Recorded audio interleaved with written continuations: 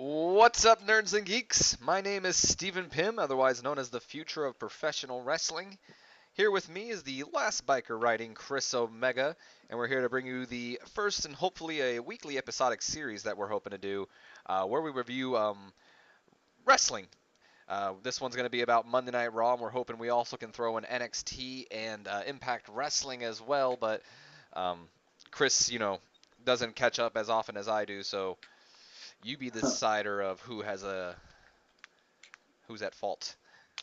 Either way, so Well, what's you up, also Chris? forgot. You also forgot to mention House of Hardcore is what we're also going to try to do.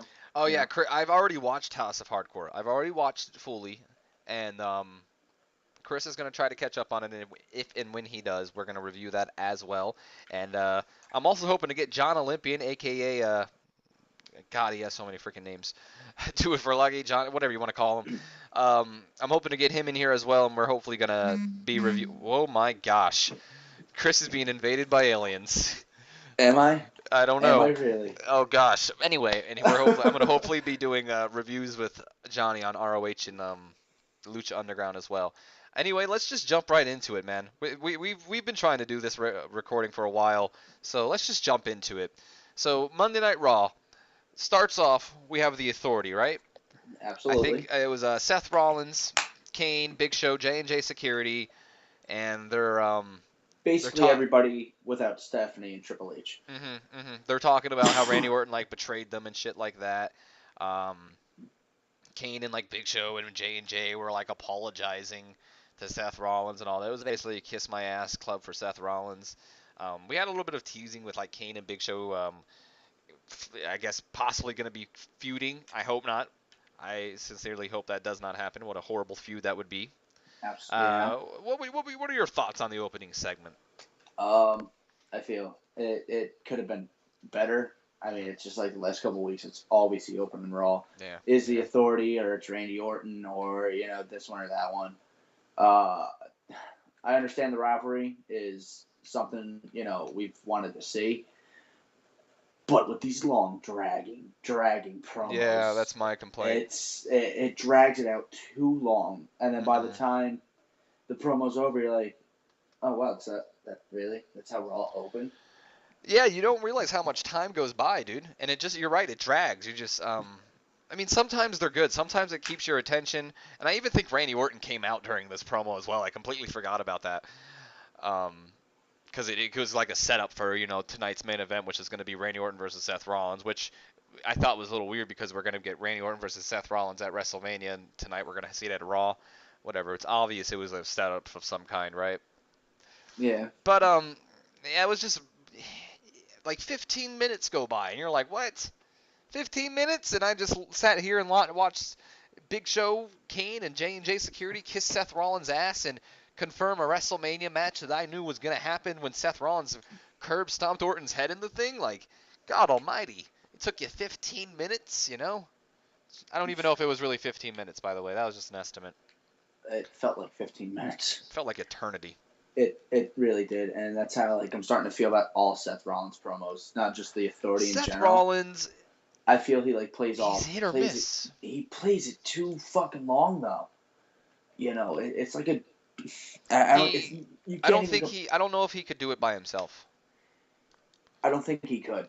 I mean, he could. I don't want anyone who's like a fan of Rollins to be like, oh, I like Rollins. I do. He's not my favorite guy, but I like Rollins. But he's also got his hit or miss moments on the mic. But I don't really feel like Seth Rollins. He needs to play off of somebody. He's had the Shield. He's had Triple H and Stephanie. He's had the J&J. Like there's always somebody with him. He's never really by himself. No, and it's I mean, he's proven himself in the ring. That's not my complaint. He's proven himself in the ring. I don't feel like he's. I mean, he is proving himself. I'm gonna say he has gotten better on the mic, but um, everyone complains so much about Roman Reigns, and I mean, I look at Seth Rollins and like he's got his faults too on the mic. Like Roman Reigns is not that bad. I feel like Roman Reigns and Seth Rollins are on the same level on the mic. To be completely honest, call me. Maybe Roman Reigns has a problem with scripts, but I mean, I feel like scripts are, why give someone a script? Let them be themselves. Just give them a script to say, this is what I want you to say. Like, say something around this. hey Steve. What up? if anybody from the IWC hears this, you know they're going to be pissed, right? Because they're all I over don't Seth care. Rollins. I know they're all over Seth Rollins. I mean, if you want my personal opinion, if No, we're gonna talk, if we we're gonna don't have a talk long about enough the show for that. Shield, if we're gonna talk about the Shield and who's the best talkers, it's Dean Ambrose. Oh, look. You give Dean Ambrose a fucking mic and he'll blow you away. If we're talking about in-ring talent, I mean, it's a throw-up between Ambrose and Rollins, but I'll give it to Rollins. He's probably the better in-ring talent. If we're going off of presence, it's Roman Reigns. That's why that team worked so well, because you had three guys who, if all three of them had what each of them had, if that was one superstar, you have a star, you know? Yeah, Uh-huh. Roman Reigns needs to work on his in-ring. He's getting better. He needs to work on his mic. He's getting better. Dean Ambrose, I wouldn't say he needs to work on his in-ring. You just need to let him go. You know, I don't. You just I feel like don't Dean even Ambrose is the full package. He already has what he needs. You know, you just need to let him go. Let him don't do even it. give him a script. Let him write his own Well, no, you promos. might want to give him a script. Dean Ambrose has been known to go off, a little AWOL sometimes. A Seth little. Rollins, his one gripe is his mic. I don't feel like he's that good on the mic. I feel like he sometimes gets it. There are times where it's like that was a good promo. But that thing with Jon Stewart was great. When Jon he Stewart, when badass, when he did badass that guy. thing with Jon Stewart, that was a great segment. I loved it. And then there are times where you have tonight on Monday Night Raw where it's just like it drags along and you're like, okay, just like this segment is going on with the opening segment, so let's just move along from it. AJ Lee versus Nikki Bella was the next match. Oh God. Oh boy, just hearing your reaction, I can tell you already kind of didn't like it. Listen, I felt it was more like AJ, you're gonna job to Nikki tonight. Nikki, you're gonna, seem strong, and Brie, you're just gonna attack Paige, and nothing else is gonna happen. That's basically what it was. I mean, Yeah. to me, it was like AJ and Nikki is actually a match you want to see because of how good both of them are in the ring, Yeah. and I feel So WWE. is your problem with the match or is your problem with the booking? It's a little of both. It's a little of both. That's a match that you just like you want to see. Like you're going to see it at WrestleMania, but you're about to see it like start off now. And they went about it the wrong way. The match was it was just it was there. It I, didn't do anything for anybody. I know it didn't do anything for me. I just sat there and was like, wow, the two talents just one got made look like a fucking jobber, and I'm gonna disagree with you a little bit. listen, that's gonna happen on this show here. It is. Um, I don't think the match was anything special. Um, I don't think it really needs to be honest, because this match was more story driven, and I feel like the story is pretty good so far. It's showing that Paige and AJ don't really know if they can trust each other, and the Bellas are of course they're sisters. They're a cohesive unit. I think I said that right. Yeah. And it kind of showed, and I liked it because it's the Bellas, being the Bellas, using it's showing that they're not just a pretty face, they're also smart. Brie Bella, and by the way, Paige getting her face smashed on that pole, that was awesome. I don't care what you Yeah, say, it that was. was awesome. When I saw Brie Bella smash Paige's face against the steel post, and I know it's fake. I know she didn't really get smacked. I don't want anyone to tell me, oh, she didn't really hit her face. I know, but it was really well sold, and I thought that was a great segment. And then when AJ was kind of distracted, it's fitting. AJ's like, what the hell just happened? And then that forearm, and Nikki's got a good forearm behind her, and that finisher, the rack attack, it's good. I liked it, dude. I thought it was a great story progression. I think they're doing good with this feud, and I really think I don't really want to jump on the bandwagon here and say, yeah, WWE's doing it, because there's still, they still need to prove themselves. But I'm seeing, I'm starting to notice that they are indeed, giving divas a chance. Longer Oh, matches. It seems like divas. Like last week we saw, who was it? Summer Rae and Eva Marie and Cameron. Even though there are three divas, not many people can stand. But I think that's the point. Put them in hmm a stable. They can't like them. They're a little bit of a Mean Girls thing. Probably the BFFs from NXT. I have no idea. But it seems like they're doing something with the divas, and I like it. I think it's cool. I Yeah, wouldn't. the I Divas. think we should have a fatal four way at WrestleMania, not a tag team match, just because I'd like to see the Divas title in action. But that's just me, I mean, what is Teddy Long in booking with all these fucking tag right? matches? Maybe they still put the Divas title on the line in the tag team match and have whoever's the gets pinned gets the championship. I don't know. That would be kind of cool because you can see the Bellas kind of try to pull each other off as well. I mean, that was actually a match. That Add was a actually a wrench into match it. once. That Yeah, no, was a I match know. That's once. been That matches was in the past. I think it was like with and the Intercontinental and WWE, right? With the tag not teams, I think. yeah under Brothers of Destruction and the two The man power two trip. pound man power trip. Yeah, yeah. Yeah, so they could do something like that. That would make it pretty cool, I think. Yeah, it would absolutely. So, so you don't like it. You didn't like it. I I liked it. I couldn't get into it. I could. Understandable. It It was was a just one little. of It was a slow match. It wasn't that great of a match. I will be honest. it was. But storyline purposes, I think they accomplished what they needed. Hopefully next week, we see some retaliation from like Or on Paige and SmackDown if you or watch from SmackDown. from like I called them last week, Paige. Paige. Paige. Interesting enough, I was watching another podcast, the Don Tony and Kevin Castle show, and apparently Paige has been on Twitter asking about team names for AJ and her, and a couple ones that I thought were funny. I don't remember all the ones he listed. The one I thought was really funny was oh God, what was it?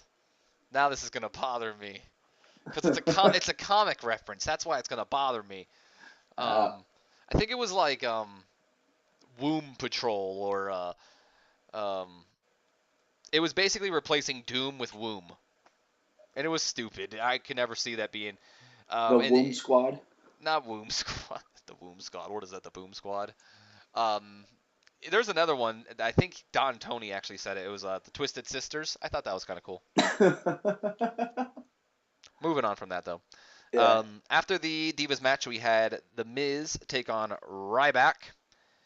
Um, I think we had a little bit of a segment before that where Miz was like telling Mizdow like if he didn't make sure that he won the Memorial Battle Royal that he was gonna fire him. You know, typical Miz and Mizdow stuff. And it was kind of cool during the match. We had a segment where Ryback was holding Miz and telling Mizdow to hit him, and Mizdow put up his fist, and not Ryback, Miz was able to Mizdow. get out of it, and then he was like yelling at Mizdow to put it down. Ryback ends up winning the match, though, of course, as he honestly should. What In did you think of all, the match or first the of whole all, thing? in all honesty, the biggest pop of the match wasn't even for a superstar that was involved in the match itself. It's for Mizdow. That's what I'm saying. Like he wasn't a competitor in the match, Yeah, dude, the fans want to see Miz and Mizdow. They don't want to see them in a battle royal. and he still got the biggest pop out of Ryback and Miz. That was just funny to me. Yeah, But it because was they're it was behind him. It's what they want. They want Mizdow. I really think and I don't want to jump away from Mizdow, but I feel like this might be a way to WWE could do it. Like give them like these little interesting kind of comedy, not really comedy gimmicks, but something that people can relate to and get a good joke out of, and slowly turn them into a serious competitor. I think they can do something like that with Curtis Axel right now with his Axelmania thing going on. well. The match in general, I thought, it was like a typical Yeah, it wasn't Miz that great. match. It was more like, okay, you're gonna face Ryback. Basically, you guys know what you're doing, and it Just was, like the previous Divas match, it was more story driven to where Miz and Mizdow basically, yeah. yeah, they didn't really, when you're in the ring, you're supposed to be telling a story, and I just feel this match didn't do it. It was like, okay, we're just gonna focus more on the rivalry outside this match than anything else. You know, and That I really freaking, I don't know why they didn't do it. Like it just made sense. Like Miz and Mizdow have been building this feud. You think that at WrestleMania would have pulled the trigger and had them face off. Instead, you threw them in this battle royal that could have put anybody in. It just doesn't make sense. Either way, moving on. Oh boy, this is gonna be fun. We had the Cena Rusev contract signing. Oh Lord. So it was just your typical contract signing. Cena, I think he even called it like the most important match of his career at one point.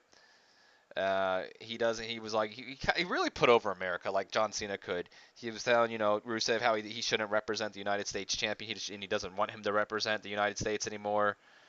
Then we have some dude who looks like Elton John instead of the lovely Lana, who is out filming a film for the WWE at the moment. Why they did it around WrestleMania time, I have no idea. But whatever. So Lana's absent. We have some Elton John guy Oh Lord. come down to the ring with Rusev. He then introduces himself as Rusev's attorney, I believe, claiming he wouldn't fight at WrestleMania while trying to pull off the best Russian accent he could, but ultimately revealing that he's probably from Texas. Yeah. Oh my gosh. There's more to this segment we have to talk about, but I feel like we need to pause because this guy alone deserves a speech. What was WWE thinking? In all honesty, JBL said it best. The guy sounded like he was from Texas, not Idaho or Iowa. Or Russia. I thought he was supposed to be from Russia. Yeah. And it was just JBL said it best. This guy sounds like he's from Texas. Like, why would I understand? Okay, first off, they send Lana to go do filming. That's great for Lana, man. That says high things for her that she's going to be in a film, right? Absolutely. That's great. Why you would do it around WrestleMania season when Rusev's in his probably his biggest match of his career, I don't understand. I honestly viewed this idea of Lana being away as a chance for Rusev to shine. Why they have this guy accompany Rusev, I don't understand. Why they didn't test him out, make sure he could do a Russian accent before they sent him to the ring, I don't understand. This guy brought the match down. I don't know if we're ever gonna. I doubt we'll ever see him again. Which one? What? Who do you What? think I'm talking about? The attorney. I mean, I'm He was sorry. horrible. Elton John. I don't even know what to say about the attorney. He was just so. He's god awful. He was I Mike laughed at him. Adamley bad. Oh my God, Mike Adamley! Holy shit! He was Mike There's Adamley bad. There's your throwback Thursday, ladies and gentlemen. Jeff Harvey. Yeah. All right, moving on to the segment, right? Rusev, he talks about Cena. Doesn't deserve a chance or something like that. Whatever, signs the contract. And I thought this was cool because usually contracts end with a brawl, right? Rusev tosses the table over and says, "Fuck you, I'm out of here."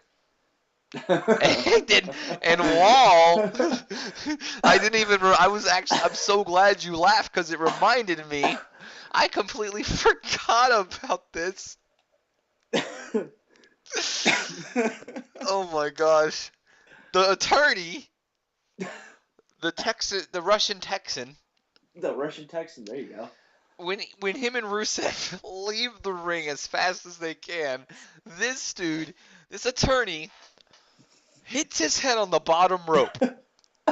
As he hits his head on the bottom rope, the rope bounces him off as it should do.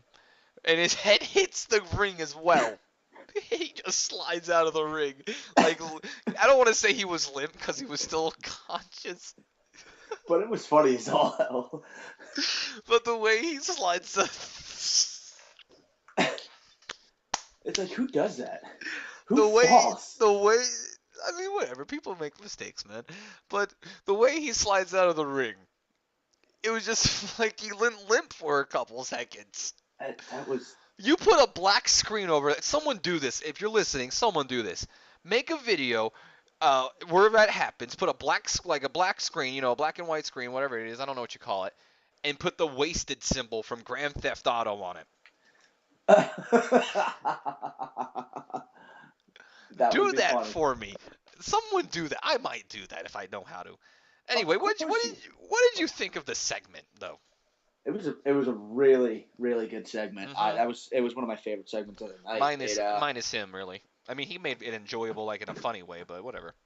I mean, but like I said last week, Raw, with this whole John Cena and Rusev thing, it's just making he brings out the best in him.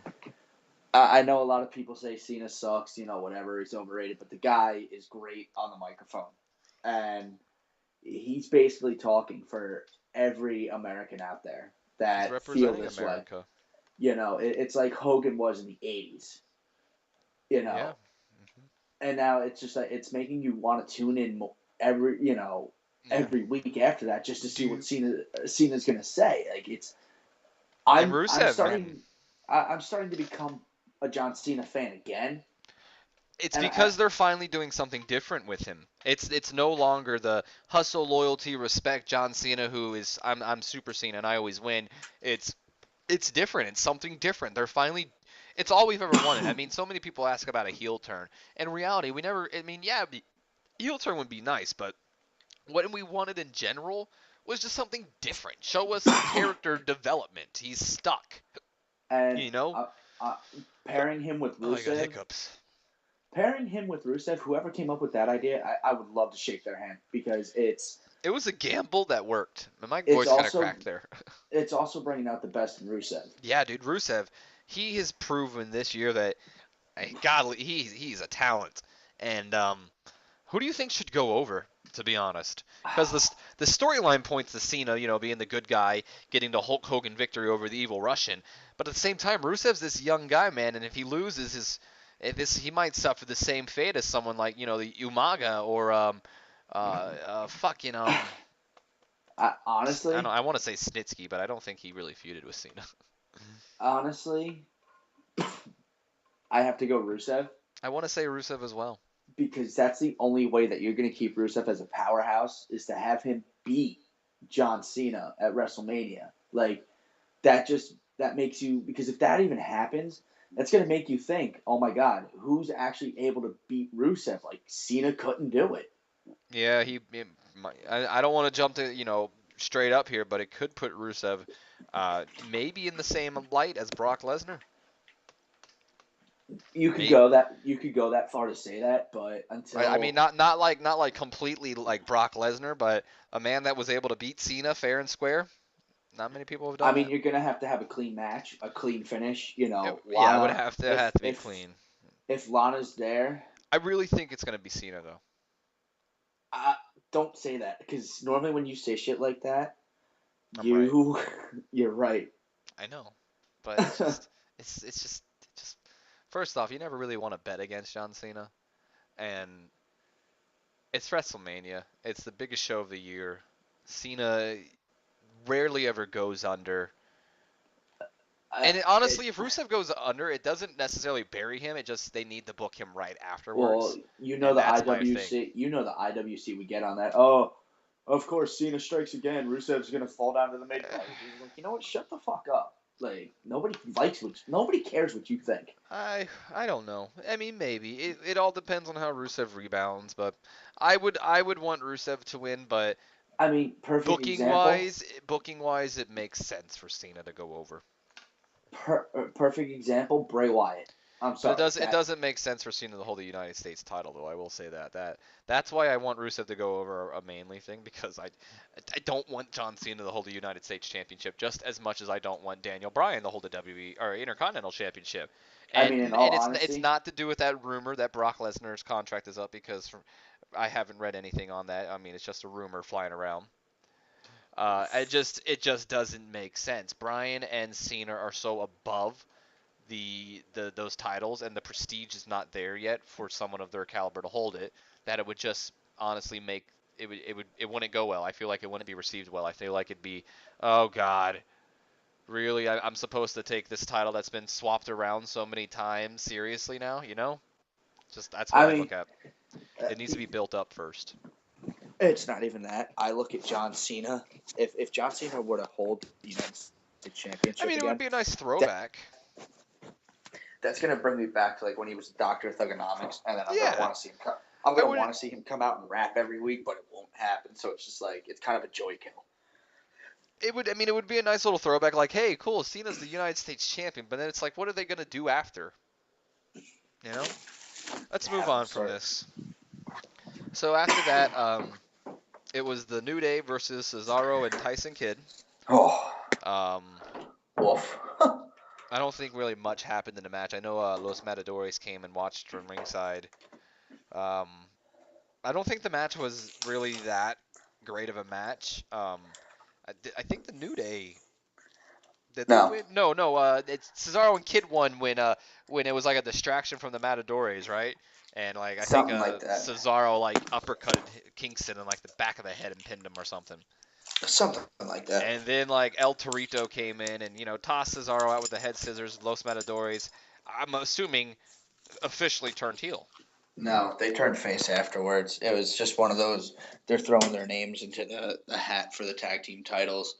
It's basically like we were talking about last week. They're trying to do a Really, tag they're team still turmoil. faces? Yeah, they're trying to do like a tag team turmoil for Oh, the I don't mind the titles. idea of a tag team turmoil, and I actually kind of liked the segment with the Matadores for a segment until you told me that they're faces. I kind of like the idea of the Matadores, doing anything to win. I like that, especially with El Torito. I think it's very heelish, and um, if booked right, I think it could go over well. I mean, obviously people are going to bury it on site because just how bad New Day and Los Matadores have been booked. New Day, honestly, I mean, I had a lot. I really still, I still feel if they would have booked them correctly, it would have been over. But now I just feel like it's lost hope. Well, we And can and see what happens. and unless you just go back and let Xavier Woods do that really badass angle that he was doing with Kofi and Big E before, the really cool one where they were heelish. But either way, the match was not that good. I mean, it was okay. It wasn't that great though. It was. Yeah, it was just there. And you know what else? Um, Jay Uso. Did you hear he's hurt?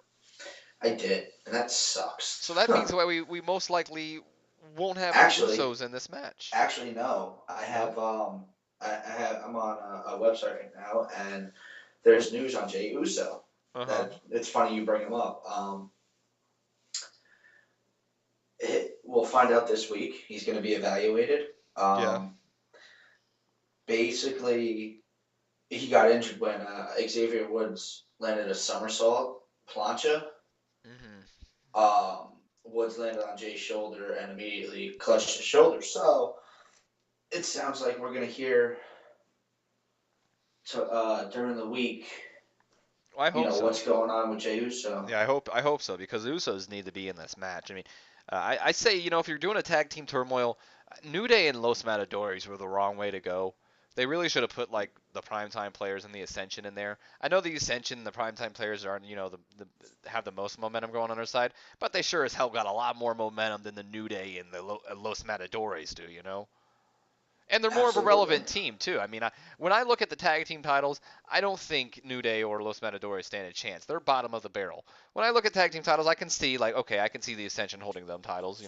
I can see the primetime players holding the titles. So I just feel like they picked the wrong team, Yeah, and they they wouldn't could even have. need to do a heel turn if they would have done the Ascension. So Yeah, but the Ascension just can't get over. the Ascension can't get over because they insist on making them something that they're. I don't know why they just didn't stick to NXT. They should have, in They all should have. honesty, but they're the WWE creative. Yeah. Good job, guys.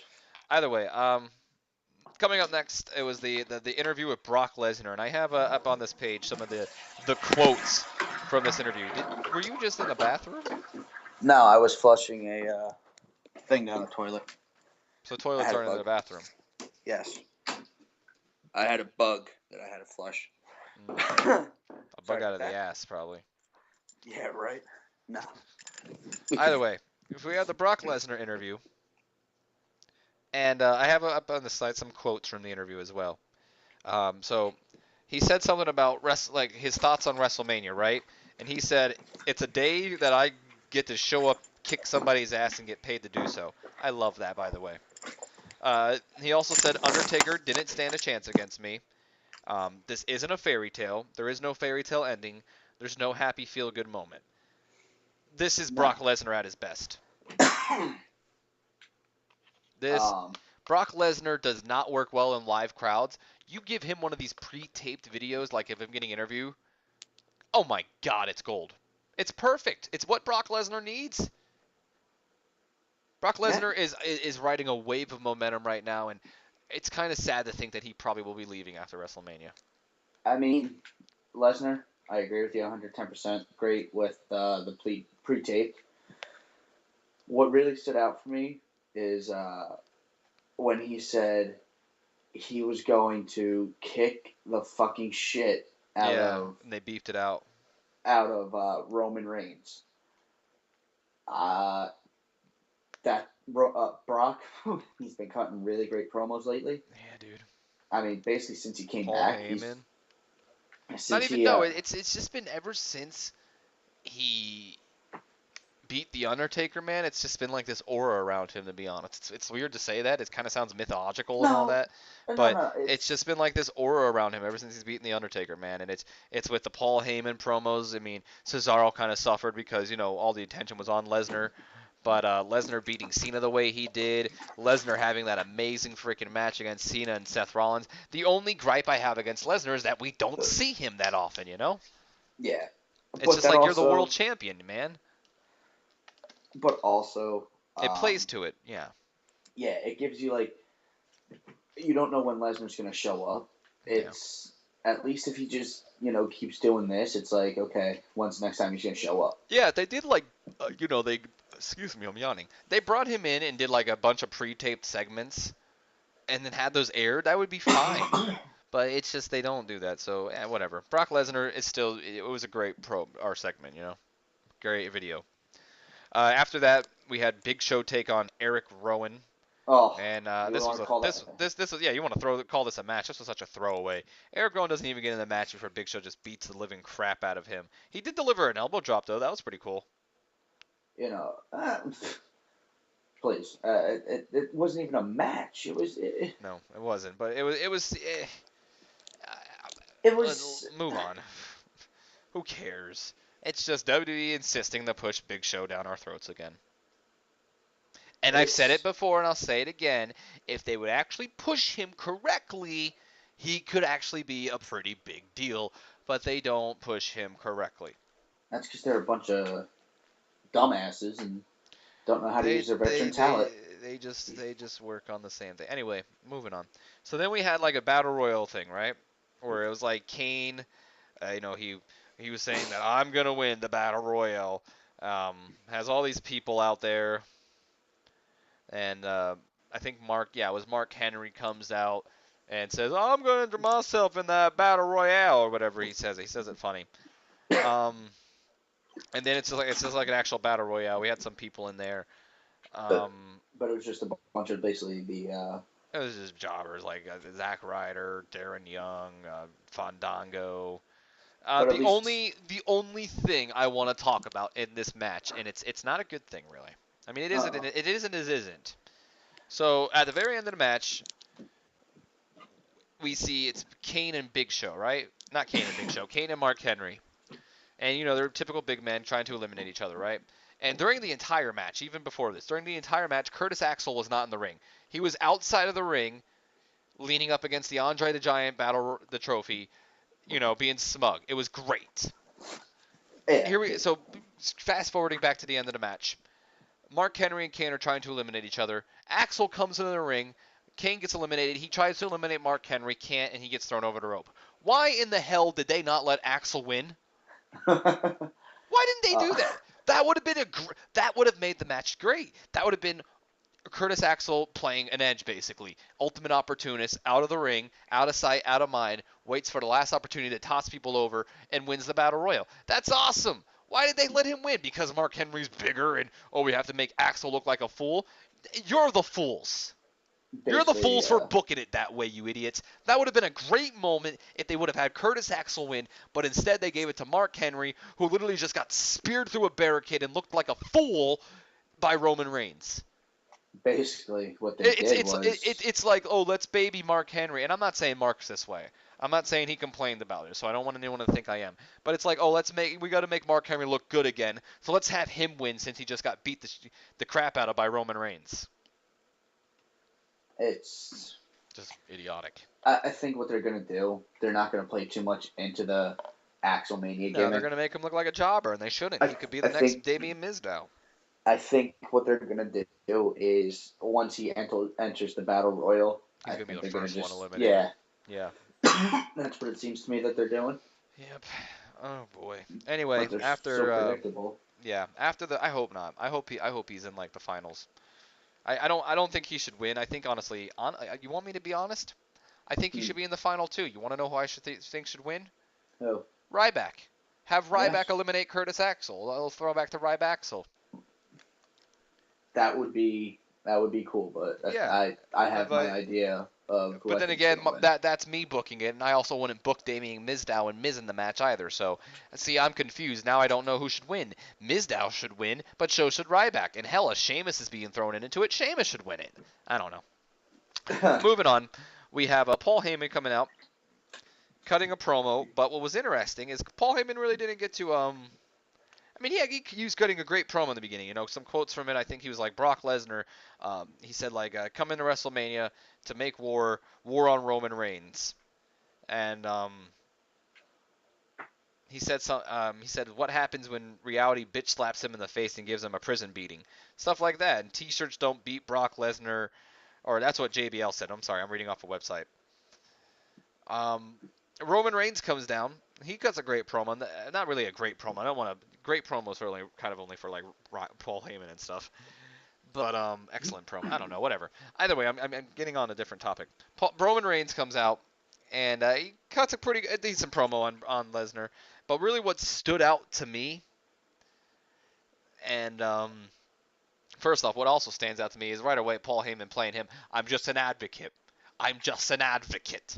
I'm just an advocate. I'm He's the just I'm just an advocate. And Roman he's sitting the there like, I know. he's the pot stirrer is what he is, and he's He's the really good at ultimate. it. He's that one guy who he'll say anything behind your back, but the second you're there, he's like, it wasn't me. It wasn't me. I have a thick New York Jewish accent. That wasn't me. That was what he said when Vince McMahon called him out with the Shield thing. I remember that so much. That Anyway, was a funny Paul yeah. Heyman moment. But the one thing that sticks out to me during the Roman Reigns thing is you had fans in the background saying Daniel Bryan, and Reigns called them out basically. He said people like them when he was saying like on my back or something, and they kind of shut up after that. And I kind of liked it because it was Reigns acknowledging his haters in a nice way as well, you know, showing like I'm a lone wolf, you know. I'll take the people that love me. And I'm gonna go in there. I'm gonna kick ass. I don't really care if you hate me or not. At WrestleMania, I'm beating Brock Lesnar, basically. You know. No, Roman Reigns is good on the mic, and I think it's going to start coming out even more and more now. If He's he's going getting to be, better.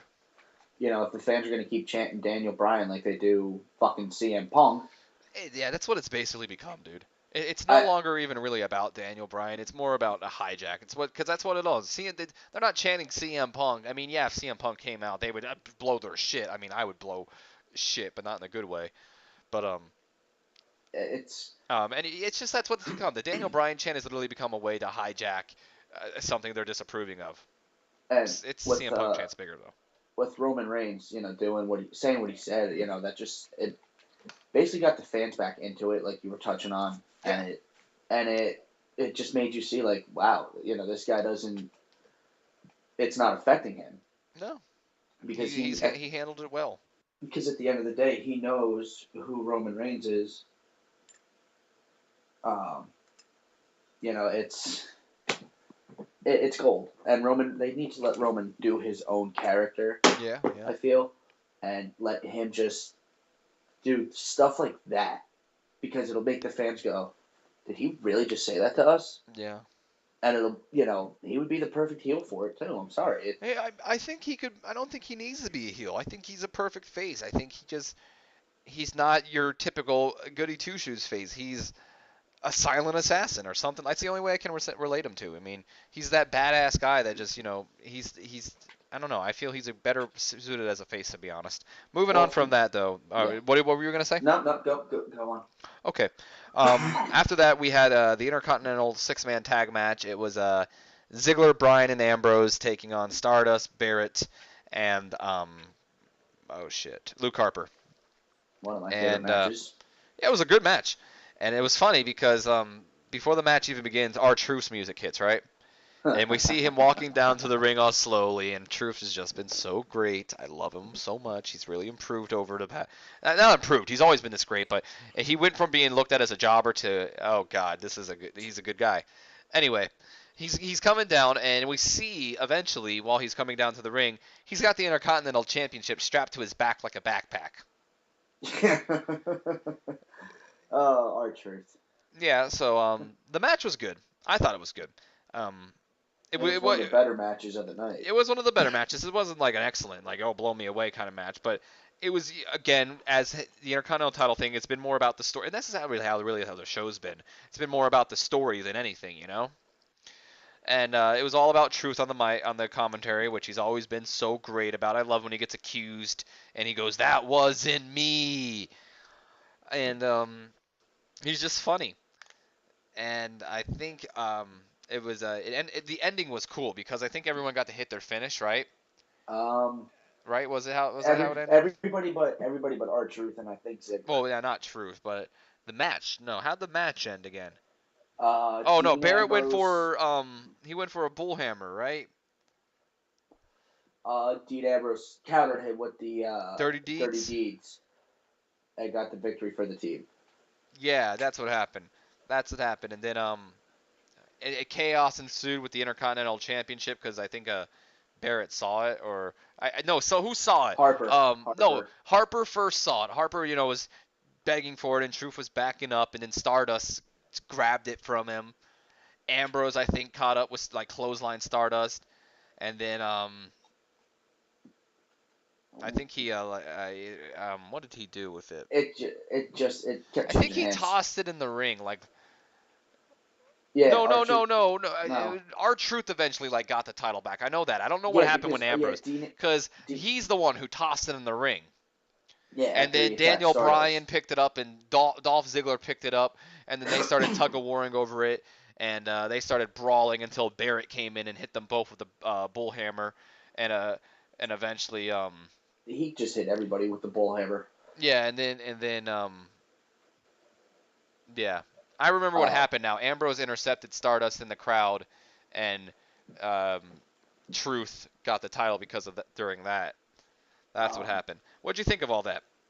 I thought it was fun. honest, honestly, that part was amazing. The one part I liked a little bit more, and I'm sure you'll agree with me on this because you normally do when it comes to stuff like this.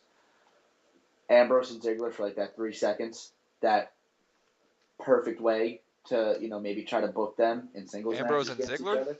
No, Ziggler and Bryan. Oh, Ziggler and Bryan. I was going to say, what are you talking about? Yeah, that was I good. That meant Bryan. that was kind of a big. I feel like that was like a middle finger to fans. you And know, then I on SmackDown, you'll kind of feel it even more because I think Bryan and Ziggler actually even fight, you know and it's like like not even that long. I would love to see it. Yeah, that would have been a great I know WrestleMania you would. match.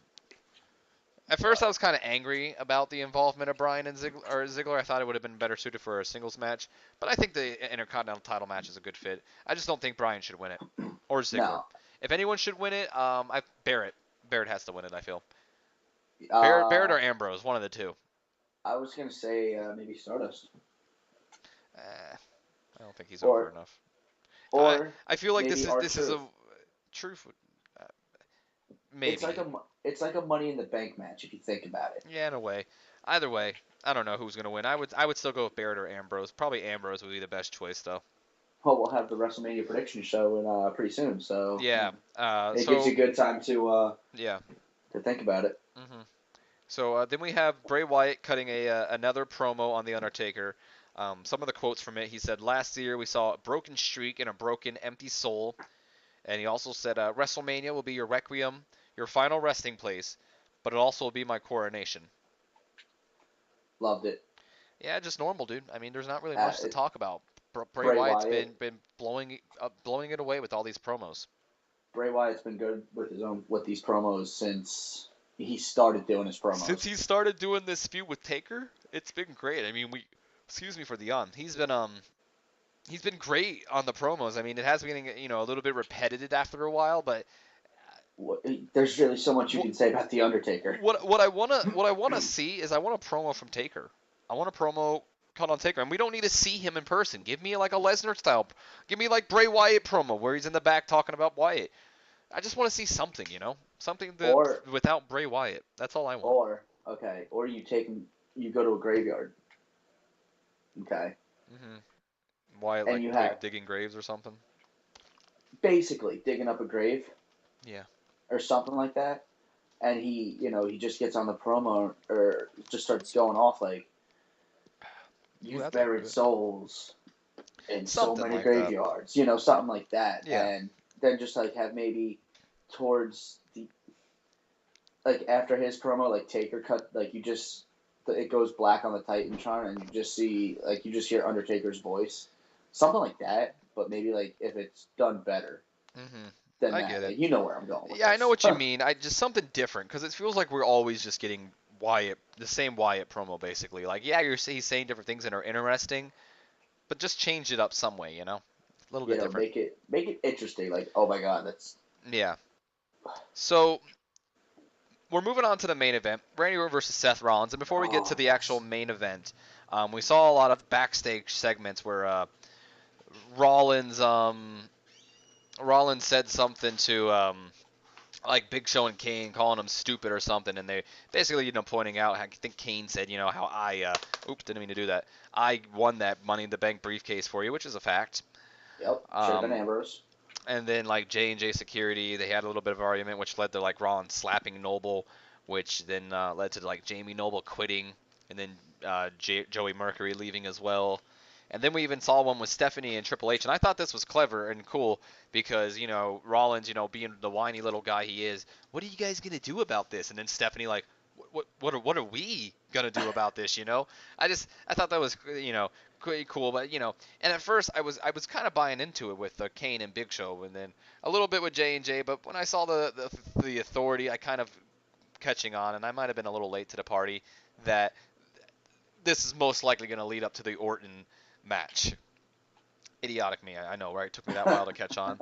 So anyway, Randy Orton's in the ring.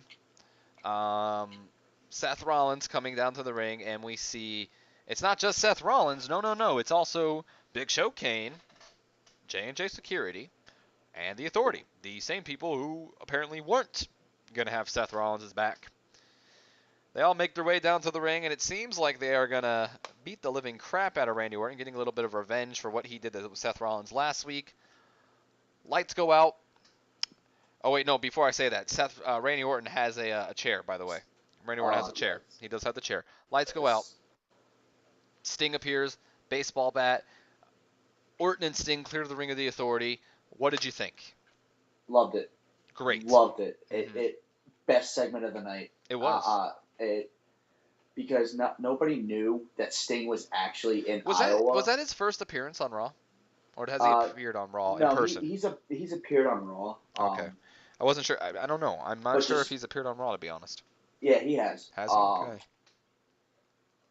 It was great. It was classic Sting. Just the lights go out and you're like, what the hell? Like it takes you a minute to process who's about to come out hmm or what's about to happen, and it was great because the WWE they kept it under wraps for Yeah, it was a good the segment, whole man. day, and hmm that's what just made it even better. My favorite part was seeing Sting doing the splash in the corner. And he That looked good. was he did. There's some ring rust there, not a lot, but But he's probably putting in work at the Performance Center and all that. I would guarantee he probably is, and I'm sure Triple H is working with him as well. I mean, it's his opponent. It was but a great segment, yeah. to see the Stinger splash like hmm in a WWE ring. I Yeah, mean, for me, that was like it's surreal. yeah, because It's like it's watching finally Sting in happening. Sting in WWE or in WCW, hmm like as a fan, you never knew if you were going to see that in the WWE ring. Yeah, And you're right. yeah, we saw him in TNA do it, but in TNA it really wasn't the same. But like because it's the WWE and it's like it's Sting, this is something that we never thought we'd see. Yeah, it was a great moment. It was It was, gonna be like I remembered said, for probably ever. and like I said, they kept a kept it a good secret, Something that's and very hard to do nowadays. it it was like I was telling one of my coworkers, I was like, dude, it's like only Triple H and Stephanie and Sting had the script, Yeah. for that. They didn't. They wanted that to be a surprise, just like, oh my God, it's Sting. 2 weeks before WrestleMania. So now that Monday Night Raw is over, what did you think about the show overall? Too much dragging out, too much overplay. Too It, much it was dragging for you? it was basically too much of telling, like, just not even telling a really good story. It was just like, this is the stuff we've already seen, like, last two Yeah. weeks or last 3 weeks. I don't think it was an okay episode of Monday Night Raw. It wasn't like the best built up show ever. They could have done a lot of things better, but I do think that the stories are moving along good. The tag team title one suffered a little bit this week, I feel, but the Divas one, we are a little bit of in a disagreement. I think the story went a little well there, Yeah. and the Authority storyline, well, not necessarily Orton and Rollins. I mean, their storyline's kind of stalled at the moment. Um, but the Sting appearing really was just like, it's honestly the highlight of the show. I mean, obviously. Yeah, it's like the Undertaker appearing. Yeah. It's like, oh my God. Well, maybe I think it's bigger than Excuse the me for Undertaker coughing. appearing. Next week is the go home show for Raw Is and it? Is next SmackDown. week? Is next week Yes, it WrestleMania? is. Yeah, next Sunday is WrestleMania. Woo! I should be more excited. Probably This because I didn't know it was next week. Yeah, you asked me when it was. Yeah, I keep forgetting. We got a big week next week with doing, Raw. Hopefully I can, watch SmackDown and we can do SmackDown. SmackDown. I don't watch SmackDown. I'll have to watch it then. Oh, or we'll read the spoilers, one of the two. But um, but before we end this off, there's a couple things I want to discuss with you real quick. Uh, so next week apparently, Snoop Dogg and oh, Bill Simmons from ESPN will be appearing on Monday Night Raw. why? I don't know. I think celebrities aren't bad if they're used correctly. It's times where you have Wiz Khalifa, rapping for 15 minutes on Raw is when it bothers me. But you have segments like Jon Stewart, which was really well.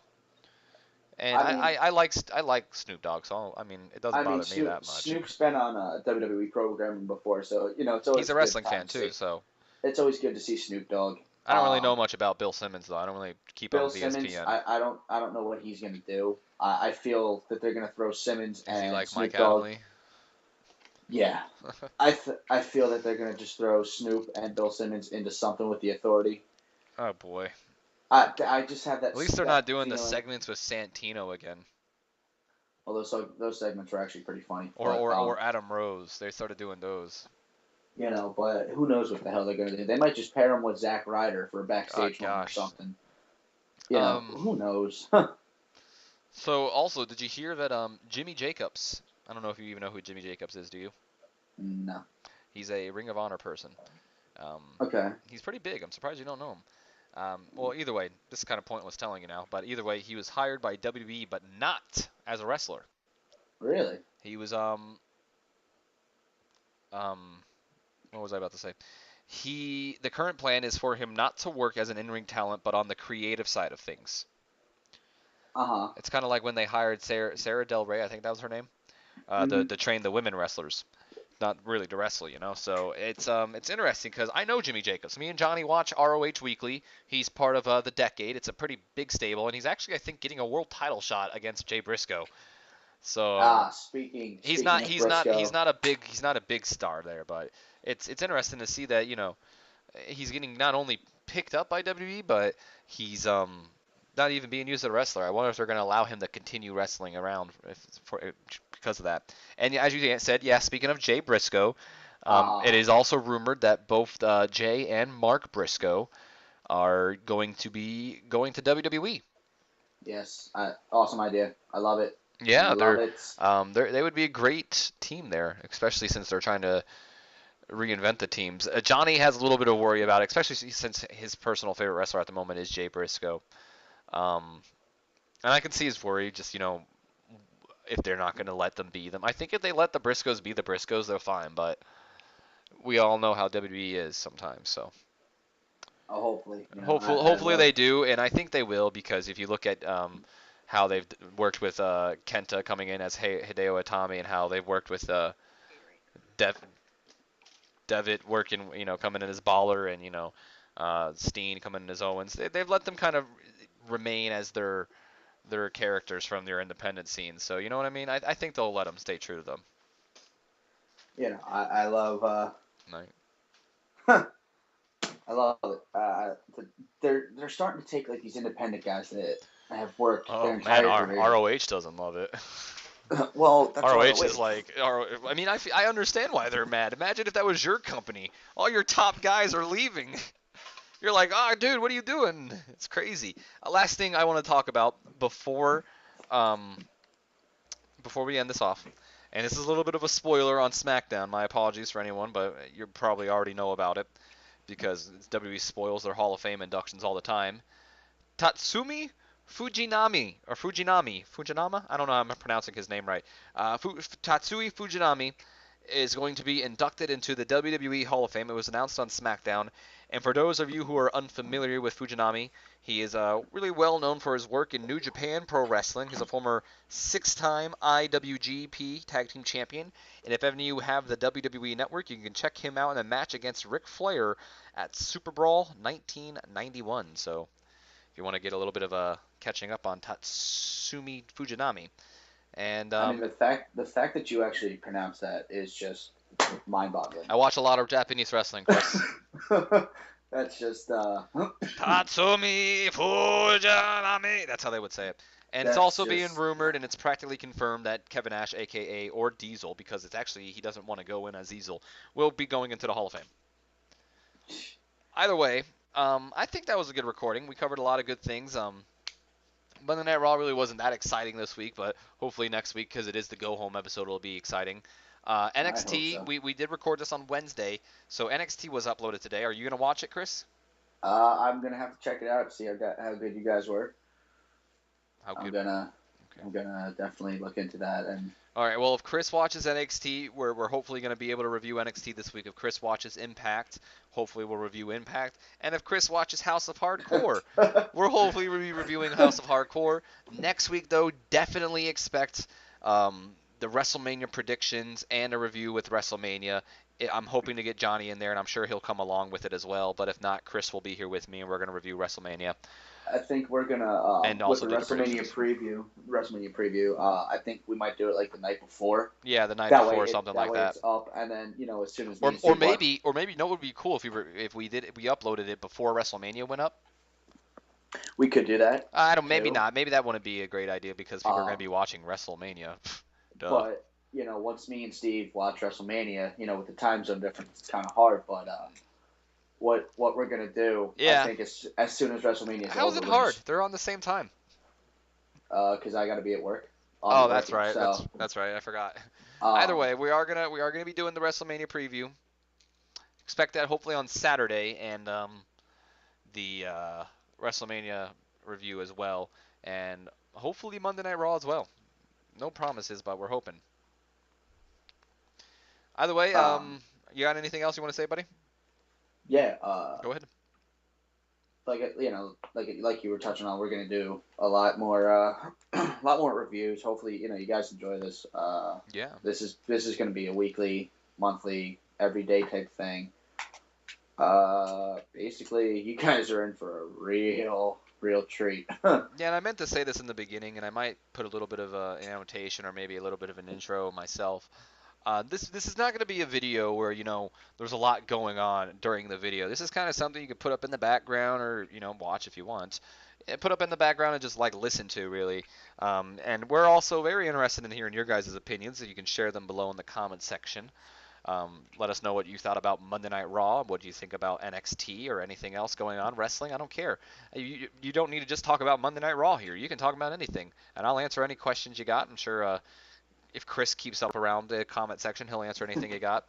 Or I can just, if you have a question for him, I'll text him or ask him in and then give you his answer. I don't know. Either way, nerds and geeks, this was Stephen Pym, the future of professional wrestling, with me again the last biker writing, Chris Omega. This has been us reviewing Monday Night Raw. We'll see you guys next week. Have a good one. Later.